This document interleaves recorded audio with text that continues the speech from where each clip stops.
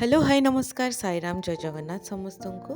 आज हूँ सरस्वती पूजा फेब्रुआरी 2। तो हिंदू धर्म अनुसार सरस्वती पूजा एक प्रमुख पर्व अटे। यही पर्वर अनेक गुरुत्व रही उत्सव माता सरस्वती को पूजा करा जाए।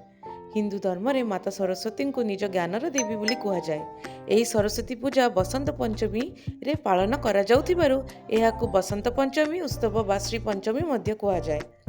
सरस्वती महाभागे विद्या कमललोचना विद्यारूपे विशालाक्षी विद्या देही नमस्तुते।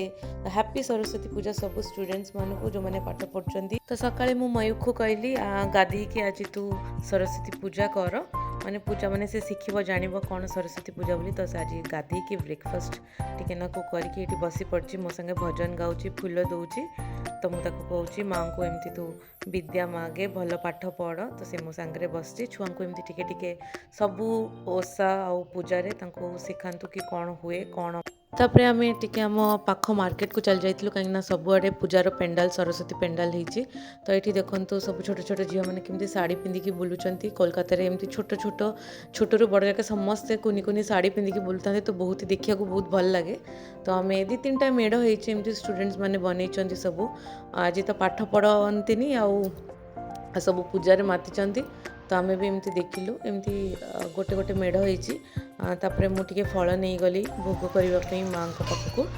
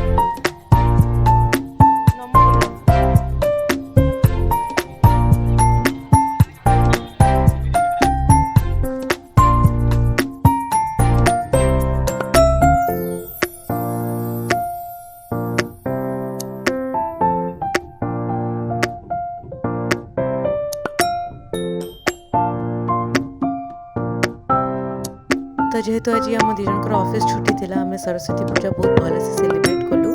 बहुत मजा आसला बुलिलु भल से पूजाटा करें। ऑफिस थे बहुत तरतर पूजाटा कर दिए। तो वीडियोटी भल लगुले मत लाइक कमेंट शेयर सब्सक्राइब करने को जमा भूलि। Bye bye.